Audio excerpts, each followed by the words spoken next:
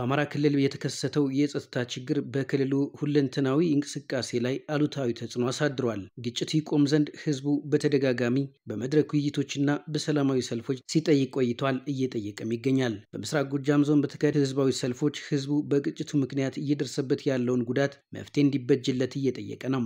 ወንድሞቻችንን በጫካ ያሉት እንደዚህ ያላችሁት እንደዚህ እንድታረጉልን ለምን የተጎዳ ያለ ወጣቱ ያለ ስራ እየተጎዱ ያሉ ህፃናት አይምሯቸው እስኪላሽን ድረስ ትምህርት ቤት ሳይሄዱ እየተጎዱ ያሉ አረጋውያን እንደሆኑ እየተጎዳ ያለ ህዝብ እንደሆነ ይህንን ተረታችሁ ግራ ቀኝ ሰላም እንዲሰፍን ነው በህዝቡ ስም በቤተክርስቲያናችን ስም በሃይማኖት አባቶች ስም የምንጠይቀው። እንደ ክልላችን ያው ሰላም ካጣን ወደ 2 ዓመት አካባቢ እየሆነን ነው።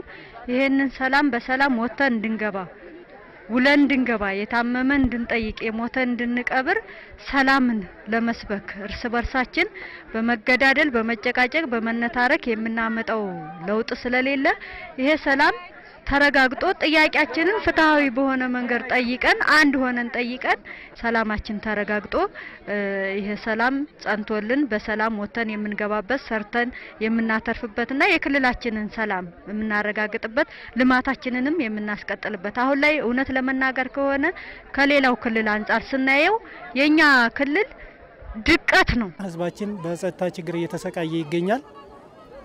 ይህን ችግር ለመቅረፍ ደግሞ የመከላከያ ሰራዊታችንና ጥምር ጦራችን ከፍተኛ የሆነ ስራ እየሰራ አንጻራዊ ሰላም በአሁኑ ሰዓት ቢኖርም ሙሉ ለሙሉ ቀበሌያችን ወረዳችን የጸዳ ስላልሆነ በሰላማዊ ሰልፍ ለመጠየቅና ሰላም እንዲሆን ህዝቡ የበኩሉን አስተዋጽኦ እንዲያደርግ ነው ሰላማዊ ሰልፉ የተጠራው።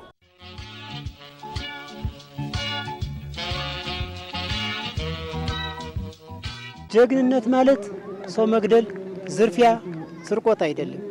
ጀግንነት ማለት ሊሞት የተቃረበውን ሰው ለማዳን መሄር ነው። በዚህም ጌታችን ኢየሱስ ክርስቶስ በሚያስተምርበት ወቅት በሉቃስ 10 ተጠቅሷል። ቁጥር 30 ላይ ለሞት የደረሰውን ሰውዬ ሄደውት እንዴት እንዳዳኑት ስለ ሰላም ሁሉም ሊሰብክ ይገባል። ያው የምንፈልገው ከዛም ያለው ወገን ከዚህም ያለው ወገን ነው። ከሁለቱ ያውን እዛ ጋር ያሉት የተጣሉት ሁለት ወንድማማቾች ናቸው። ይሄ ከባዳ ከሌላ ከዳር ከድንበር የመጣብን አይደለም። የወንድማማች የወንድማማች ልጆች ናቸው እዚህ ጋር ያሉትና እኛው የምንፈልገው እኛ ሁለት ወንድማማች ታርቀውልን አገር ሰላም ሆኖ እንደድሮ በሰላም ወተን በሰላም ገብተን የሚመለከተው አካል በቃ ሰላም እንዲሆንልን የሚያደርገውን ነገር ያድርግ። በኢኮኖሚ ዘርፉ ህዝቡ በየቀኑ የሚያወጣው በየወሩ የሚያወጣው የሚከፍለው ሁሉ አባቱን እህቱን ወንድሙ ሲሞት የማይቀበር አስታሞ የማያሳክምበት ደረጃ ደርሷል። ወንድሞቻችን በበረሃ ሆነው የሚሰሩት ስራ ዛሬ ላይ በደል የሚያደርስ እንጂ ጥቅም የማይሰጥም ስለሆነ ይሄ ነገር መልስ አይሰጠንም ብሎ ህዝቡ በጉዳዩ ላይ ትኩረት ሰጥቶ መውጣቱ በጣም ደስ የሚልና የሚያስደስት ነው ብዬ አምናለሁ እንደ ግለሰብ።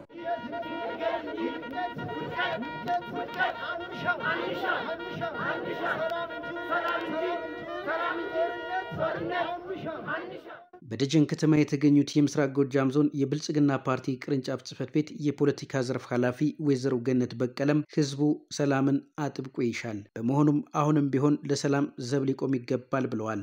ህዝባችን በነጻነት ከቦታ ቦታ የመንቀሳቀስ መብቱን የነፈገ የዕለት ጉርሱን እየቀማ የሚበላ ሴት ልጆቹን የሚደፍር ወጣት ልጆቹን አስገድዶ በማሰልጠን ለግጭት እያሳለፈ ጧሪ ቀባሪ እንዲያጣ የሚያደርግ ጽንፈኛ ቡድን በመሆኑ በዞናችን በኢኮኖሚ በማህበራዊና በፖለቲካዊ ተወዳዳሪ እንዳንሆን በእጅጉ እየጎዳን ነው።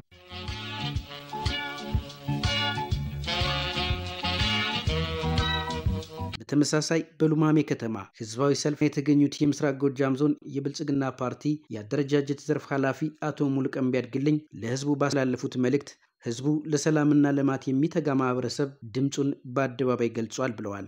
ህዝባችን በነጻነት ከቦታ ቦታ የመንቀሳቀስ መብቱን የነፈገ የዕለት ጉርሱን እየቀማ የሚበላ ሴት ልጆቹን በመድፈር ወንድ ወጣት ልጆቹን አስገድዶ ፊት በማሰለፍ ግጭት እያሰለፈ ጧሪ ቀባሪ እንዲያጡ በማድረግ ጽንፈኛ ቡድን በመሆኑ የወረዳው የከተማው ብሎም የዞኑ ኢኮኖሚ ማህበራዊ ፖለቲካዊ መስክ ከሌሎች ተወዳዳሪ እንዳንሆን በእጅጉ አልሞ እየሰራ ነው።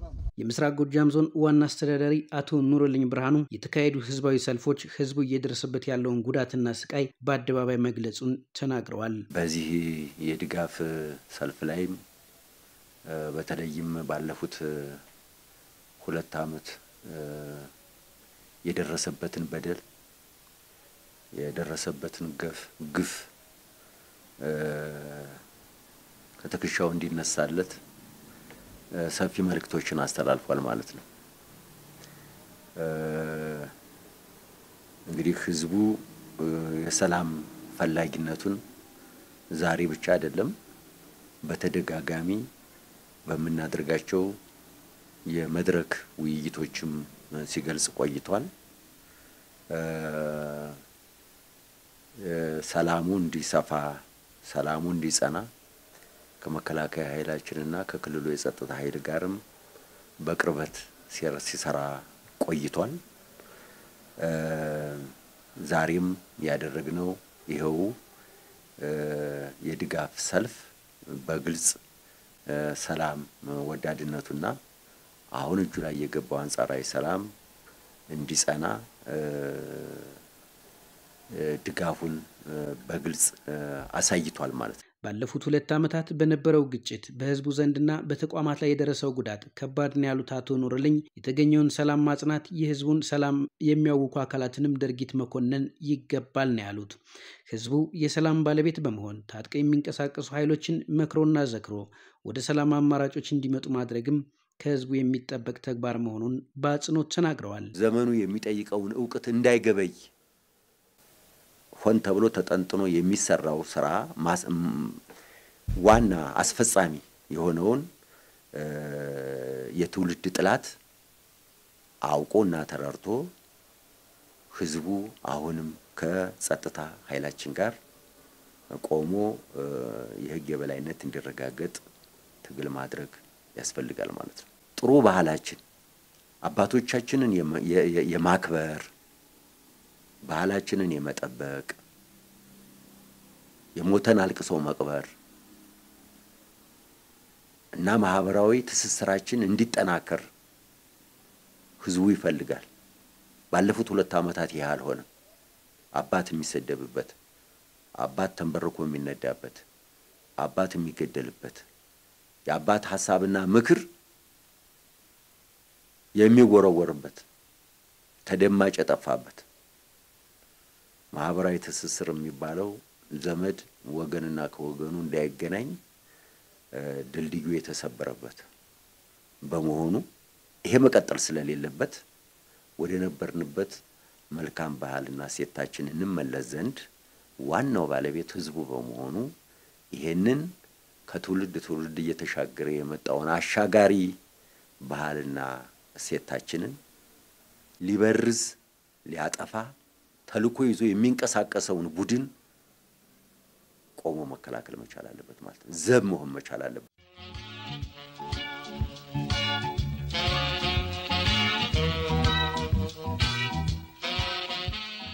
በተመሳሳይ በምስራቅ ጎጃም ዞን ወረዳዎችና ከተማ አስተዳደሮች ባሻገር በዞኑ መቀመጫ ደብረ ማርቆስ ህዝባዊ ሰላማዊ ሰልፍ ተደርጓል። በድጋፍ ሰልፉ ላይ መልእክት ያስተላለፉት የደብረ ማርቆስ ከተማ አስተዳደር ተቀዳሚ ምክትል ከንቲባ ተሾመ ዋለ በግጭቱ ምክንያት የትምህርት የግብርናና ሌሎችም ዘርፈ ብዙ ተግባራት ተስተጓጉሏል ነው ያሉት። ባሳለፍናቸው የቀውስ ዓመታት ለአማራ ህዝቦች የማይመጥኑ በባህል ውስጥ አስነዋሪ የሆኑ የጭካኔና አረመናዊ ድርጊት ተፈጽመዋል። አርሶ አደሩ እንዳያመርት ግብዓት ከመከልከል ባለፈ አንድ ሰኔን ጠብቆ እንዳያመርት ተከልክሏል። የትውልድ ሽግግር እንዲቋረጥ ህፃናት ትምህርት ተከልክለዋል። የቀለም አባቶች መምህራን ተገድለዋል። የሃይማኖት አባቶች የሀገር ሽማግሌዎች ተዋርደዋል፣ ተገድለዋል።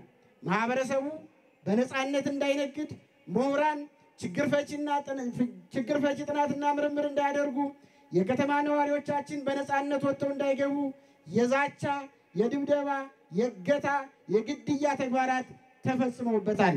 በተለይ በቅርቡ ይጠናቀቃል የተባለለት የደብረ ማርቆስ አውሮፕላን ማረፊያ ግንባታ እንዲስተጓጎል መደረጉ የታሪክ ተወቃሽ የሚያደርግ ስለመሆኑም በአጽንኦት ተናግረዋል።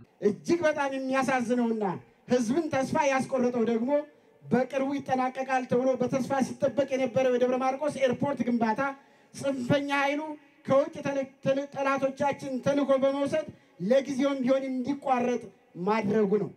የደብረ ማርቆስ አውሮፕላን ማረፊያ ጉዳይ ለደብረ ማርቆስ ሕዝብ ይሁን ለመላ የጎጃም ሕዝቦች እንዲሁም የአማራ ሕዝብ ተራ የመሰረተ ልማት ማሟላት ጉዳይ አይደለም።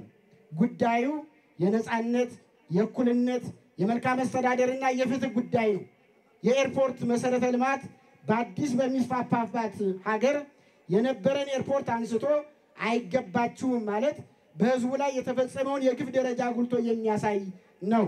ይህ ጥያቄ ሰሚ አግኝቶ ከግማሽ ቢሊየን ብር በላይ ተመድቦ የሚያሰራ መንግስት ሲገኝ ደግሞ አይገባንም የሚል የቅርብ የጥፋት ኃይል መፈጠሩ አስደንጋጭ ከመሆኑም በላይ በታሪክም ትውልድም ይቅር የማይለው ቀይ ስህተት ነው። ህብረተሰቡ ላሳየው ሁለንተናዊ ድጋፍ ምስጋና ያቀረቡት ተቀዳሚ ምክትል ከንቲባው የጎደለውን እየሞላን የህብረተሰቡን የመልካም አስተዳደር ጥያቄዎች እየፈታን እንቀጥላለን፣ ችግሮች በውይይትና በምክክር እንዲፈቱም በትኩረት ይሰራልም ነው ያሉት። መንግስት የሰራቸውን የሰላም፣ የልማት፣ የዲሞክራሲና የመልካም አስተዳደር ስራዎች እውቅና በመስጠት ላደረጋችሁት ድጋፍ እያመሰገን ላልተሟሉና ለተጓደሉ ተግባራት ፈጥነን ማስተካከል የተሟላ አገልግሎት መስጠት እንዳለብን እንገነዘባለን። ችግሮች ሁሉ በውይይትና በምክክር እንዲፈቱ አጥብቀን እንሰራለን። የጥፋት ኃይሎች ሳይማር አስተምሮ እየራበው አብልቶ ለንቀት ያበቃቸውን ማህበረሰብ ከማሰቃየት፣ ሀብት ንብረቱን ከማውደም፣ አካሉን ከማጉደል፣ በጅምላ ከመረሸን የጥፋት ተልዕኳቸው እንዲጣቀቡና የበደሉትን ህዝብ ይቅር በለን ብለው እንዲገቡና ሀገራቸውን እንዲያለሙ ወገኖቻቸውን እንዲክሱ ላስተላለፋችሁት መልእክትና ላቀረባችሁት ጥሪ እንደ መንግስት ያለንን ክብር እየገለጽ ከመገዳደል ትርፍ እንደሌለውና ለጥላቻና ቁርሾ ቦታና ጊዜ ሊሰጠው እንደማይገባ ጽኑ እምነት ስላለን የመንግስት የሰላም የይቅርታ እጆች መቼም እንደማይታጠፉ ላረጋግጥላችሁ እወዳለሁ። ይህን የሰላም ጥሪ የማይቀበሉና የአማራን ህዝብ ስቃይና ጉስቁልና ወደ ከፋ ሁኔታ ለመውሰድ ከቅርብ እና ከሩቅ ጠላቶቻችን ጋር በማበር በሎጂስቲክስ በሐሳብና መሰል እርዳታዎች እየተደገፉ ለሚወጉን ካዲዎች ከመላ የከተማችን ነዋሪዎችና መላ የክልላችን ህዝቦች ጋር በመሆን ህግ እንደምናስከብርና የሚያስፈልገንን ዘላቂ ሰላም እንደምናረጋግጥ እተማመናለሁ። ዓለም አቀፉ ማህበረሰብ ህዝቡ በሰላማዊ ሰልፍ ያስተላለፈውን መልእክት በመረዳት የጥፋት ኃይሎችን ከተሳሳተ መንገድ እንዲመለሱ እገዛ እንዲያደርግም ጠይቀዋል። የኢትዮጵያ መንግስትም ይሁን የዓለም አቀፉ ማህበረሰብ ህዝቡ በሰላማዊ ሰልፍ ያስተላለፈውን መልእክት በመረዳት የጥፋት ኃይሎችን አደብ እንዲያስገዛልን እንጠይቃለን። በክልላችንም ይሁን በምስራቅ ጎጃም ዞንና በከተማ አስተዳደራችን ዙሪያ በጥፋት ኃይልነት በተሳሳተ መንገድ ለተሰለፋችሁ ኃይሎች የመንግስትንና የህዝቡን የሰላም ጥሪ ተቀብላችሁ ህዝባችሁን ከጥፋት እንድትታደጉ አሁንም ጥሪያችንን እናቀርባለን። በመጨረሻም ከህዝባችሁ ጋር በመሆን ሰላማችንን ለማረጋገጥ ውድ ህይወታችሁን እየገበራችሁ አካላችሁን እያጎደላችሁ ለኛ እየሞታችሁ ትውልድን የምታስቀጥሉ ሀገርን የምታሻግሩ የፌዴራልና የክልላችን የጸጥታ ኃይሎች ያለንን ክብር በራሴና በከተማ አስተዳደሩ ምክር ቤት ስም መግለጽ እፈልጋለሁ። በአደባባይ በመውጣት ስለ ሰላም ፈላጊነቱ ላሳየው ቀናነት የሰልፉ ተሳታፊዎችን ምስጋና አቅርበዋል። አሁን ያገኘነውን አንጻራዊ ሰላም ዘላቂ በማድረግ የከተማችንን ሁለንተናዊ ብልጽግና ለማረጋገጥ በየሰፈራችሁና በየአካባቢያችሁ በመደራጀት ራሳችሁንና አካባቢያችሁን እንድታስከብሩ አደራ በማለት በአደባባይ ተገኝታችሁ ላስተላለፋችሁት መልእክት በእጅጉ ክብራለን፣ እናመሰግናለን። ህዝባዊ ሰልፉ ተሳታፊዎች በተራዘመው ግጭት ውስጥ መቆየታችን ለውስብስብ ችግሮች ዳርጎናል፣ ሰላም እንፈልጋለን፣ ለሰላም ሁላችንም እንትጋ ሲሉም አስተያየት ሰጥተዋል። ሰላም በጣም አስፈላጊ ነው። በሰላም እጦት ብዙ ወንድሞቻችን ብዙ እህቶቻችን እያለቁ ነው። ከዛ ነፃ ብንሆን እኔ እመኛለሁ። ምክንያቱም ልጆቻችን ወንድሞቻችን አለቁ። መግለጽ ያቅተኛል። በቃ እባካችሁ ከዚህ ነፃ ሆኖ ከዚህ በኢትዮጵያ አምላክ ከዚህ ነፃ እንሆን፣ እንረዳዳ፣ ታጥቀን እንነሳ። ሰላም ከሁሉም በላይ አስፈላጊና ያለ ሰላም የሚሆን ነገር ስለሌለ ምን አንድና አንድ ሰላም ነው ለሁሉም። ለዛም ሆነ ለዚህ ሰላም ሲሆን መኖር ይቻላል፣ ማደግ ይቻላል። ለመማር ለሁሉም ነገር መሰረቱ ትልቁ ዋናው ቁልፉ ሰላም ነው። ስንት ወንድሞቻችንን አጠናል፣ ስንት እህቶቻችን አላበሳቸው ብዙዎች አልቀውብናል። ስለዚህ ሰላም አስፈላጊ ነው። ልጆቻችን እንዲማሩ ሰው በሰላም ወጥቶ እንዲገባ ሰላም አስፈላጊ ነው። ለሁሉም ነገር ሰላም ጥሩ ነው። ስለዚህ ወጥተን ገበያ አንገባ፣ ታገር ሀገር አንሄድ።